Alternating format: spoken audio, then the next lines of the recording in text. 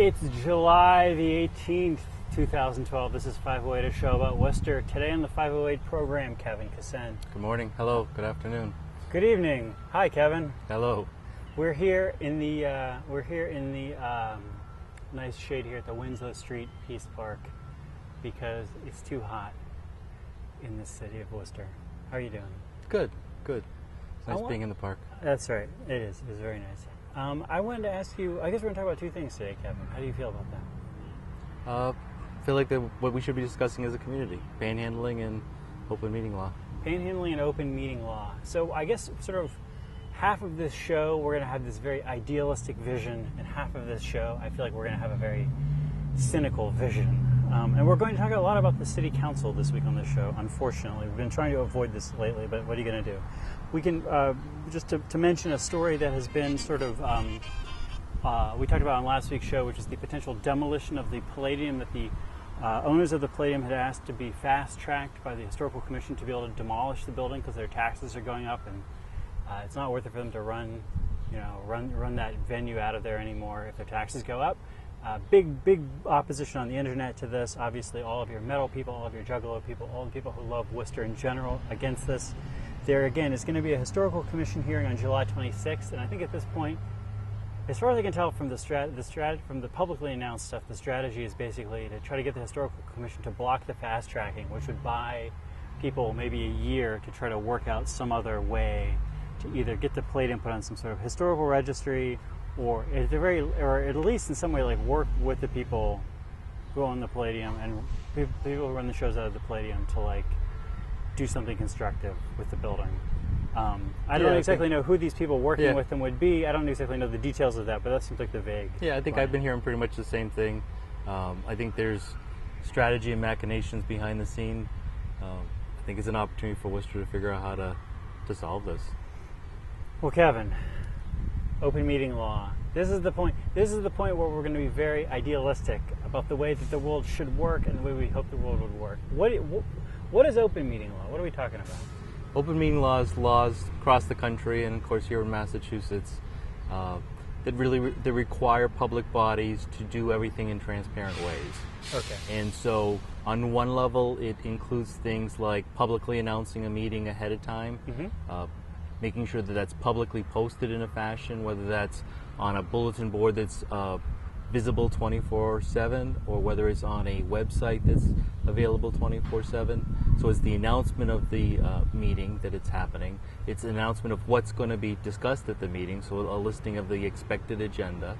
And then it's also access laws. So certainly things around just people with disabilities being able to get to the meeting and things like that. So open meeting laws is the body of laws that say, hey, public bodies are a unique animal and a key part of democracy, and we really need to support them in making sure that they work to include the whole community. Yes, and I think this is probably why this is an idealistic argument that we're making here, which is that like, if things are done in a transparent way, that will lead to good outcomes, or at least honest outcomes, and some sort of equitable citizen participation in the process. Now, some people would say transparency is basically misguided, that your elected officials at the end of the day are going to do whatever it takes to do things in non-transparent ways. If you say communications mode A, now you have to be transparent with that, they'll just use communications mode B. This may be true, I feel like, with some elected bodies. The Worcester City Council, I feel like you can say whatever you want about how bad they are. I feel like they're not playing at that high of a level to be able to consistently do everything secretly. I don't know, but there's been concerns, especially in the last week, around this. Is that right? Yeah. So what happened a few weeks ago was the city council brought up panhandling, right?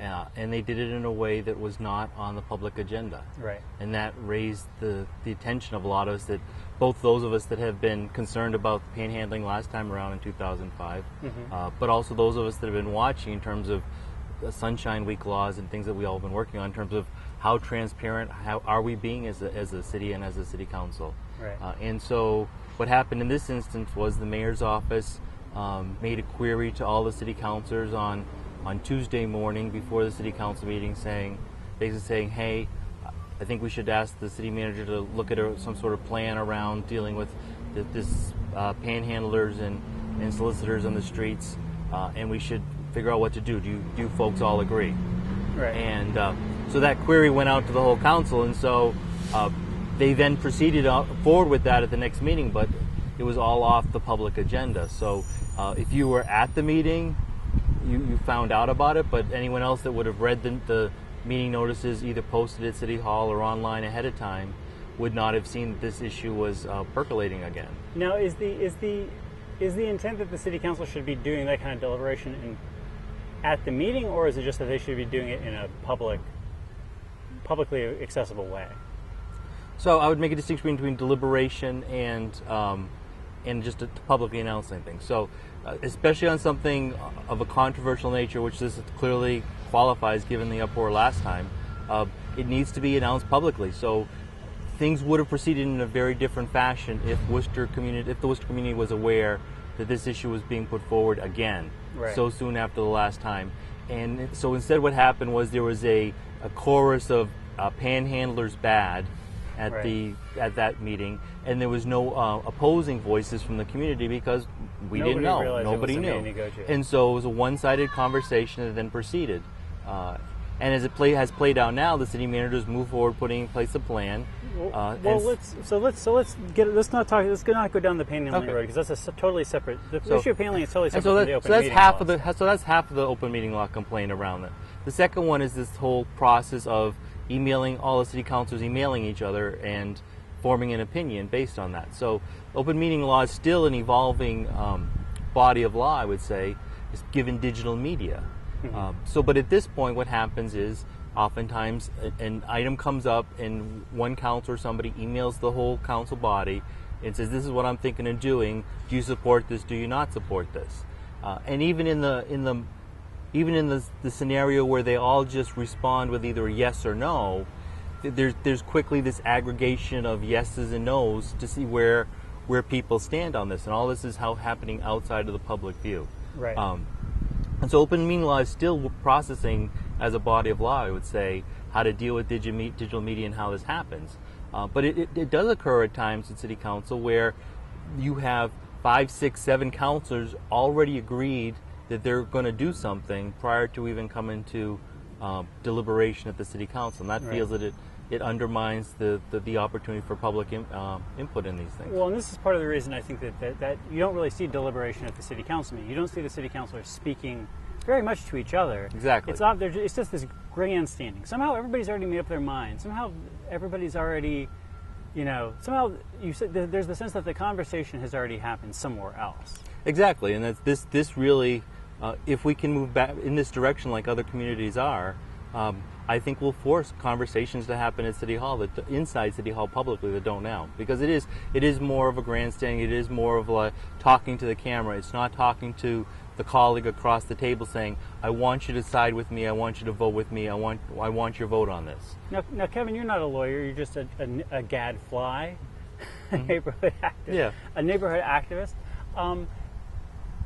But is your sense, just as a layperson, is the city council allowed to meet outside of the meetings?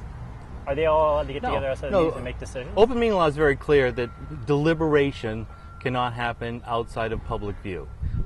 As well as it even says the process of deliberation, which is even a little broader, but still not fully defined. So whenever everybody's emailing back and forth or going out to dinner or maybe even just making a bunch of phone calls, maybe they're not all doing a conference call, but is that So I think this is the question. A violation? This is the question we as a city need to start processing a little bit better. So there's been multiple incidents that have come up over the past few months that have started to ring bells across the city. Right. Certainly the first one was reports in the newspaper around Police Chief Jem, yes, and whether the council was behind or not behind the city manager getting rid of the chief.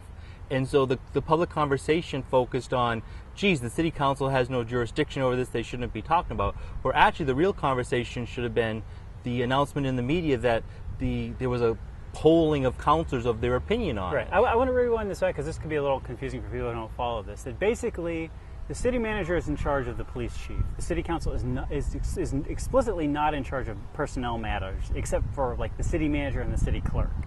Explicitly, they're not involved. Should not be involved in personnel matters.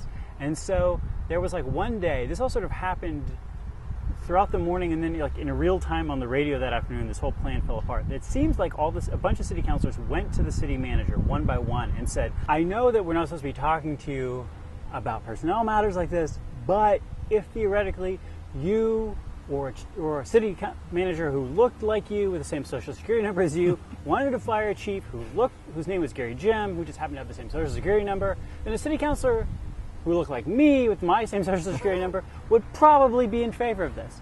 So like there was frustration both that they were talking to the city manager about an issue they shouldn't be talking to the city manager about, that's improper, but also that somebody had been a ringleader, and like it wasn't just like, hey, where is everybody at on the strong poll, on some kind of straw poll around this. It was like, we're going to have this whole scheme that we're going to be doing outside of the normal process. Exactly. And that we're going to be, the scheme is improper, as well as the organizing of the scheme is like probably a violation of open meeting law, or at least the spirit of open meeting law, because even if you're not literally sitting in a smoke-filled room, you're all sitting in like your own smoke-filled rooms using some sort of smoke-filled Facebook or email or smoke-filled cell phones. Well, and then the stupidity is then to announce it publicly. Well, the stupidity of it is the reason that I feel like we can be hopeful that increased transparency will help our local government, because we don't have the deviousness for good or for ill. Because this is the exact same thing that happened this past week with the whole should the mayor be on the Jim Polito show. And so, or should the city manager be on the Jim Polito show? And so there was this polling of counselors, and there's different opinions on how it occurred and in what format. But again, it was this collective decision by the council out of the public view of this is what we would like to happen. Mm-hmm. And then someone felt it was more than comfortable enough to go talk to Diane Williams and say, hey, look what we did. Right. You know? And so this first became an issue for me back with the pools. Mm-hmm. And Councilor Eddy actually admitted to me after the vote, like, I called all the city councils ahead of time, and I says, we got to deal with this thing. I think we should go with this plan to put the pool over in Crompton Park. And he basically admitted to me that he polled all the councilors and lobbied them to vote a certain way. And I didn't have a good handle on open meeting law then, but it's clear now that he was totally in violation of the law by doing it back then. Yeah. Well, and that's part of again, I mean, this is part of the reason, again, that the meetings can seem very worthless to people, is because all of the messy stuff, the messy stuff, which unfortunately, I guess, potentially can make people look bad or make the meetings be hard. But when you're not having when you're not having it in a public place, it seems like it's a problem. Because you don't really know what's going on. I mean, people are going to find ways around things, but I don't know. It seems like at least it helps to have this open meeting law. Well, I think there are issues, let's say the Invest for Communities resolution that came up, or some other resolutions in recent times, where there are actually issues that we're possibly in favor of, you know? Mm-hmm. But the machinations happen behind the scene, and the vote counting happens ahead of time. And so even, it's going to hurt us that are looking at things from a progressive point of view in terms of what's happening. But then it becomes the responsibility of the community organization to keep track of those votes ahead of time, and not any one councilor trying to corral two of his or her cohorts here and two or three of her cohorts there to try and get the number of votes to pass something. Right. That's okay in a legislative body above us, but not at the city council level. So Kevin, because then you're sitting here belly aching on television about this, as am I. Presumably, if there's actually some serious problem with open meeting law here, this should actually be escalated in some way. Is this being escalated in some way? So both Nicole Apostle and I filed official complaints a little over a week ago. Okay. And those went on the council agenda today, and they've been referred to the law department for review. Okay. The process is actually pretty unclear right now. So the public body is required to respond to the complaint within 14 days. And so it's kind of unclear how that's going to happen because they're on vacation for the whole summer. The public body can ask for an extension, but the public body didn't ask for an extension from the Attorney General's office. So things aren't happening in the way that the law kind of spells out right now, so I'm kind of lost in terms of what's going to happen. Right. The law is actually very clear on the process, but it doesn't seem like we're really following the process. Right, you're presumably not going to get an answer in 14 days. But you haven't even gotten you're not going to get an answer, you're going to have to wait that you're entitled to. So in the event of a breakdown there, I think the Attorney General's office, I believe, just steps in to kind of move it forward. Okay. And so we'll see what happens. All right. Well, I'm glad that, I'm glad that this is escalated beyond the let's sit around and complain stage, because that's an easy stage for this. This is one of the strengths for this show, is the sit around and complain stage. There we go. We're good at it. We're great at it. This actually reminds me that we need to start bird dogging the Sunshine Week stuff too. We had all these Sunshine Week resolutions passed in the spring, and it was really great. And it's time for us to sort of revisit that on this show and see has anything actually happened on this. Well, the big plus last night was the first night that any citizen can go to City Hall and speak for 2 minutes at the beginning of the meeting. So there's the issues of resident concern, I think, is what the item is on the agenda. Right. And the city clerk polls the folks in the gallery at the beginning of the meeting. Does anybody want to talk? You can bring up any issue you want for 2 minutes. So this is a big change in terms of how things have been done in City Hall for years. Because previously you could speak, but it was basically because the mayor was giving you special treatment. He would frequently give a lot of people the special treatment to let them speak, but you didn't just have the right to speak. You had to. It was sort of at his discretion. So now everybody can just go up and talk and address the council. And so certainly folks could do it in an organized way. So 1, 2, 3, 4 of us could go and we want to all talk on the same issue. That really could get that issue out into the public realm a little bit better. So that's pretty cool that happened. So that's something that actually did really for reals happen. Yeah. Okay, our audio is going to change there. The other issue, I guess, is panhandling. So we had a panhandling plan put out by the city manager. We've had a few days to look at it because the manager followed normal procedure, and it was like put out as part of the city council agenda a few days before what the plan is. Now the city had an anti-panhandling plan 2005, like 7 years ago. I can't believe I've been in Worcester for long enough to remember the previous anti-panhandling plan. The previous plan said we're going to have a public awareness campaign to tell people not to give to panhandlers. And let me just say that, like, there's a ton of panhandlers who you should not give money to. I feel like giving money to charity is, like, super important. As a Christian, as a human being, I think it's super important to help people who are in need. Whether or not they're, like, a nice person, whether or not they cause their own problem, whatever. Life is too short to worry about that. You should just help people. There's a ton of people out there who are panhandling who are just, like, whatever, using it to supplement their income, whether it's to buy alcohol or drugs or something else. There's also a ton of people, because there's a ton of people in the city who have jobs who also use that income to buy alcohol and drugs. It's not like, I don't know, it's only these guys, or that this is the worst thing in the world. But anyway, so like, over and above this question of charity, we've got these panhandlers out there in the streets of Worcester, and it seems like there's more panhandlers than there have been in a few years. Back in 2005, we had this anti-panhandling campaign. Part of it was, on the plan, the written plan from the city, part of it was we're going to have this public information campaign. We're going to have these signs that are going to say panhandling is not the solution. You should give your money to some sort of actual organization rather than like helping someone directly. I totally disagree with the message that you should, that first of all, that it's an either or, and second of all, that an organization is better than helping directly. I think an organization is, like, in practical terms, actually going to deal with the problem, whereas people in general are not going to put in the amount of time and energy to actually deal with the problem. But if you really care about homelessness in Worcester, you should just, like, spend a lot more of your time working with homelessness in Worcester. Then, for example, you would know if you would know the people who are panhandling in Worcester, and you would be able to say, I know this guy's deal. This guy's a jackass, or this guy's cool, or whatever. I know what this guy's deal is. So part of the plan was this public information campaign to say, like, stop giving money to people who ask you for money. I feel like, unfortunately, it's generally like just stop being helpful is the gist of this. The other part of it was there was this whole thing of all the social service agencies are going to collaborate on blah, blah, blah, blah, blah. That part wasn't implemented. The part of putting up billboards saying don't give money to people who ask you for money, don't help strangers who ask, that was done. I don't think there was any impact on the panhandling rate. If there was, it wasn't a big one impact, and it obviously wasn't a long-lasting impact. The city did this for like a year and a half, and then just sort of threw up their hands. And the people we talked to from the city were not like, oh, this was a great triumph. They were like, we're actually kind of embarrassed that this was done. I think the other thing that we also talked about at that time was questions about whether there was an escalation of violence against people that were homeless at that time. There was a lot of weird stuff going on in the city about hostility towards social services, hostility towards group homes, hostility towards homeless people. There was we used to use the word climate a lot. The whole climate around this issue was pretty bad in the city at the time. It's gotten better. It got better for a while, and I think it's probably still better than it was 7 years ago. So part of our concern of like, why do you care about these billboards? Is like this climate thing is a weird thing. There's a lot of moving pieces. It's hard to figure out what's going on.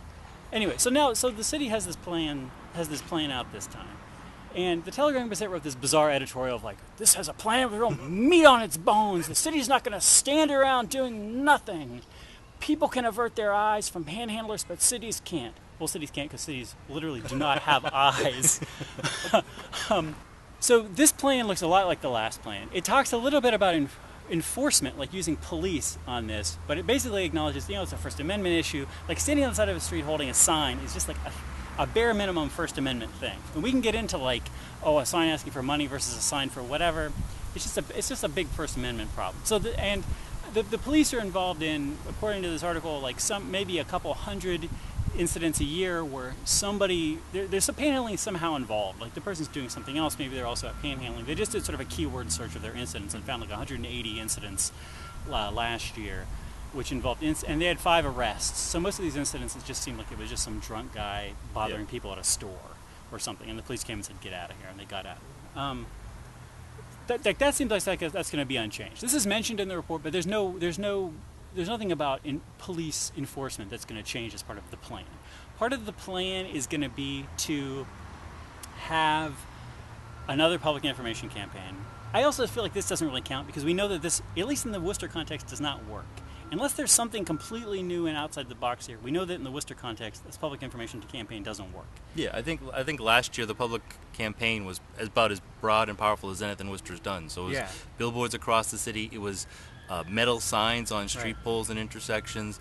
It was, I think, sent out with tax bills or something like that. Published. There were signs at the library. There was banks, stuff in the library, papers. in the supermarkets. Like we had so many anti-panhandling signs around the city. Just like people visiting here were just like, "What's up with the city?" Right. Well, exactly. I mean, that's the thing. It's like, if you didn't notice the panhandler, you certainly notice the giant sign of a panhandler. Right. So you still have a bad image of Worcester as like a city of bums. Right. We have giant billboards of our bums now instead of like the actual physical bum, who at least who might be worse or better than a billboard. I don't know. But I don't want to argue that that publicity campaign doesn't work. I don't want to argue that somehow we're all too smart for advertising. I just want to say somehow this didn't work in this case. Like somehow the people who give to panhandlers who are really hardcore reacted against it and gave even more to panhandlers maybe.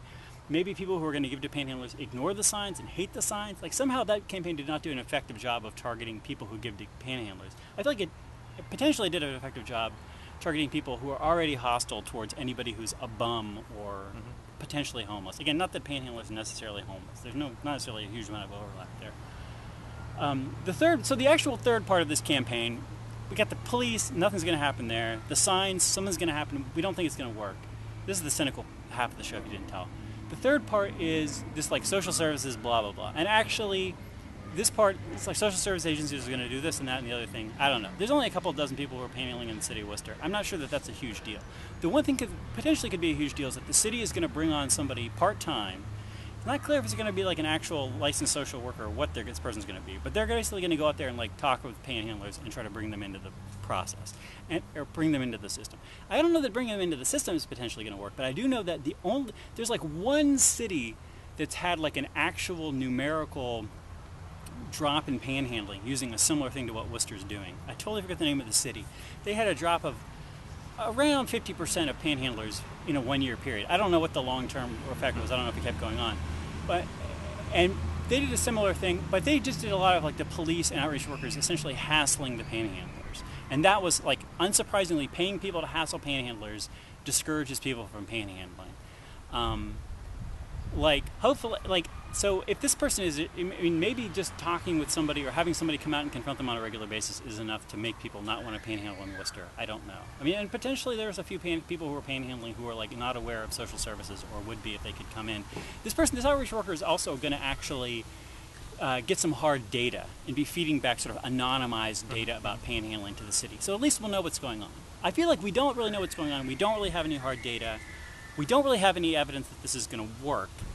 And it's frustrating to me, not that everything has to have like a million amounts of evidence. This is the real world. It's human beings. It's extremely complex. It's not just like physics or something where it's like a much simpler system.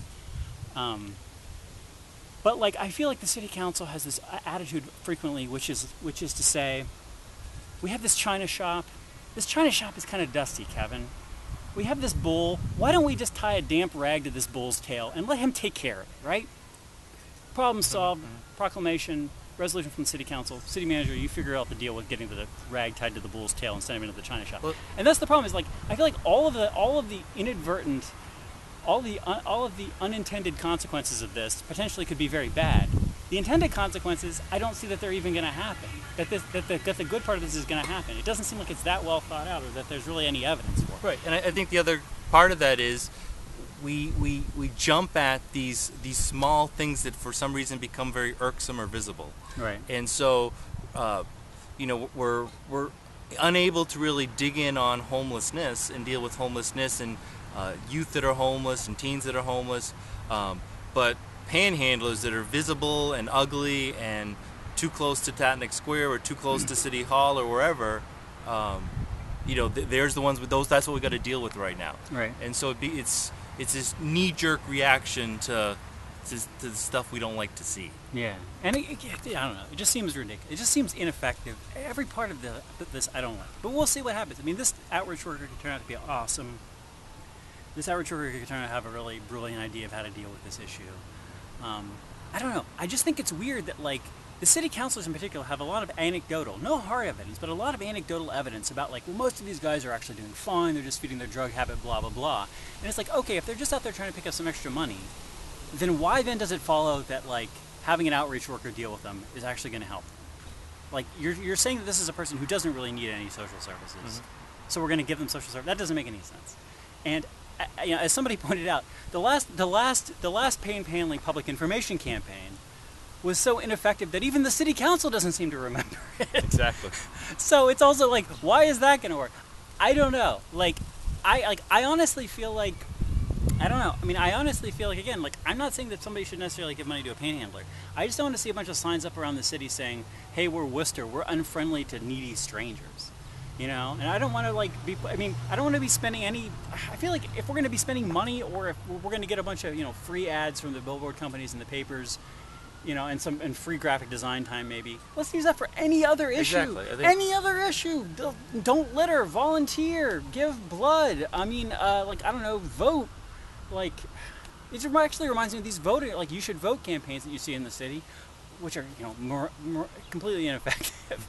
Like, it seems like it's a similar kind of thing, that there's not a lot of thought in it. Like, advertising works. Like, whether we like it or not, advertising works. But thoughtless advertising doesn't work. I don't think anybody's gone through the list, but at one point we had a list of the hotlines that have been announced in Worcester over the past 15 years. And so we're now going to have an anti-panhandling hotline. Yes. So folks can somehow either keep this list memorized with them of the hotlines for potholes, panhandlers, and graffiti, right. And let's not forget, the more dangerous crimes out there and stuff like that. Well, and we should also point out that speaking of deja vu kind of situations, that with the city's anti-homelessness plan, part of that was supposed to be like, we're going to bring in a half-time person to work on that. Didn't happen to my knowledge. So, like, again, like, this seems much more specific. They're like, it's going to be somebody coming from SMOC, which is one of the social service agencies in the city. Somebody from SMOC we're going to partner with to bring this person in, blah, blah, blah. I don't know.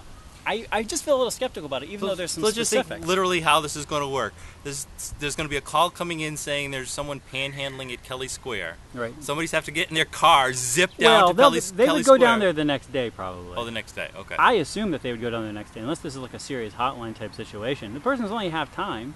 If you get a call, and supposedly they're going to be going all hours of the day and night according to the plan. If they go to, if you get a call at 2 in the afternoon and they're not on call, like, great. Like, wait until 2 a.m. or something and see if somebody's still out there when the person comes back on the clock. I don't know. We're running out of time, Kevin. Thank you so much for being on the show. Thank you. I love the city of Worcester. I'm sorry that we did the cynical part of the show after the idealistic part of the show, because the idealism is truly what is in my heart, and truly what is in the heart of Kevin Kassan, manliest of men. We'll see you all next week. This is the 508 Show. pieandcoffee@gmail.com is the email address. Thank you for watching.